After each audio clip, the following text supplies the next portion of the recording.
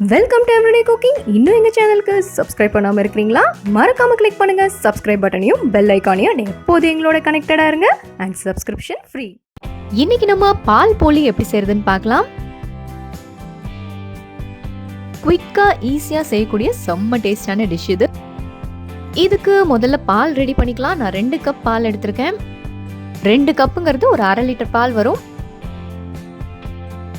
பால் பொங்க ஆரம்பிச்சதும் சிம்ல வச்சுட்டு ஒரு 1/2 கப் அளவுக்கு சர்க்கரை ஆட் பண்ணுங்க. சர்க்கரை உங்க டேஸ்ட்டுக்கு தகுந்த மாதிரி கூடவோ குறைவோ ஆட் பண்ணிக்கோங்க. இப்போ நல்லா கலந்து விடலாம். சுகர் நல்லா கரையணும்.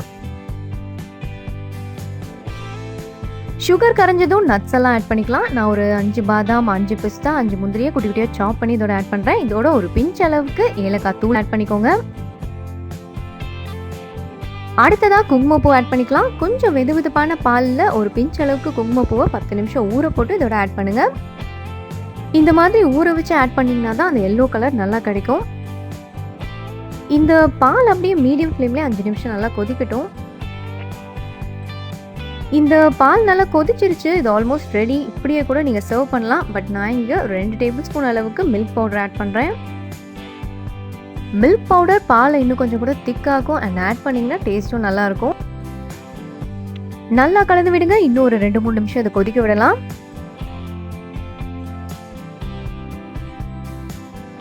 ஸோ இதோ பால் போலிக்கான பால் ரெடி. அடுத்ததாக போலி ரெடி பண்ண போகிறோம். ஸோ அதுக்கு நான் 1 கப் அளவுக்கு ரவை எடுத்திருக்கேன்.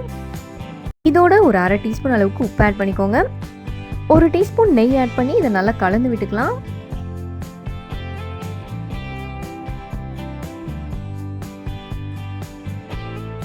நல்லா கலந்து விட்டாச்சு. அடுத்ததாக கொஞ்சம் கொஞ்சமாக தண்ணி ஊற்றி நல்லா சப்பாத்தி மாவு மாதிரி பிசைய போகிறோம்.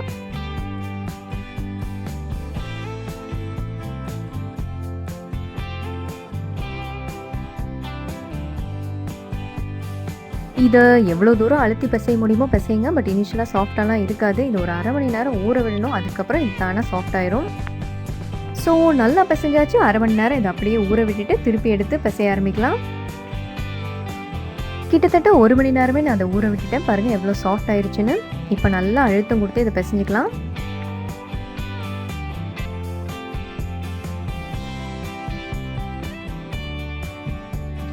அஞ்சு நிமிஷம் இதை நல்லா பிசைஞ்சாச்சு. இப்போ சப்பாத்தி கல்லில் நல்லா மாவை ஸ்ப்ரெட் பண்ணிட்டு பூரி உருட்டுற மாதிரி உருட்ட போகிறோம்.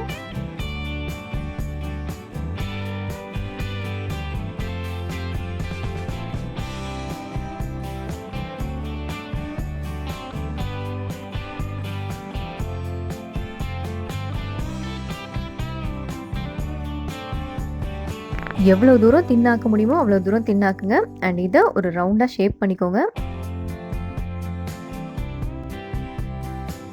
நல்ல சூடான எண்ணெயில் மீடியம் ஃப்ளேமில் பொரிச்சிடுங்க. இந்த பூரியை இவ்வளோ பெருசாக போடாமல் குட்டி குட்டியாக ரவுண்டாக போட்டிங்கன்னா அதான் பானிபூரியில் யூஸ் பண்ணுற பூரி. பூரி நல்லா புஷ்ஷுன்னு வந்துருச்சு. 2 பக்கமும் திருப்பி போட்டு வேக விடுங்க.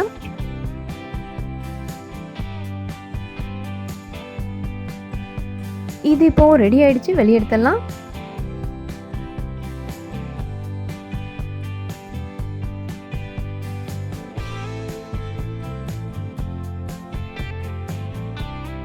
இந்த பூரி எண்ணெய் அவ்வளவா குடிக்காது. பட் எக்ஸஸாக தெரிஞ்சுது அப்படின்னா டிஷ்யூ பேப்பர் வச்சு இந்த மாதிரி எடுத்துருங்க.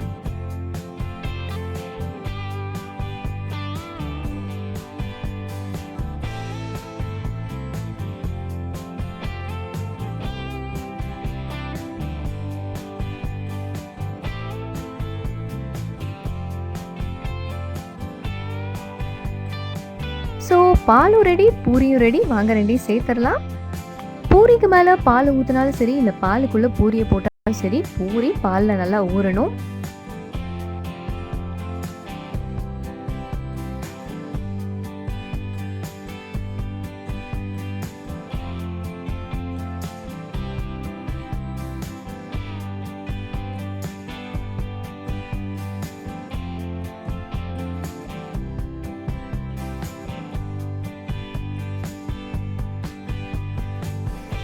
பூரி இங்கே சூப்பராக ஊறிடுச்சு. இதுக்கு மேலே குட்டி குட்டியாக சாப் பண்ண நட்ஸும் கொஞ்சமாக குங்குமப்பூவும் ஆட் பண்ணிக்கலாம். இதை கண்டிப்பாக ட்ரை பண்ணி பாருங்கள். வேறொரு இன்ட்ரெஸ்டிங்கான ரெசிபியோட உங்களை சந்திக்கிறோம். மறக்காமல் எங்கள் சேனலுக்கு சப்ஸ்கிரைப் பண்ணுங்கள்.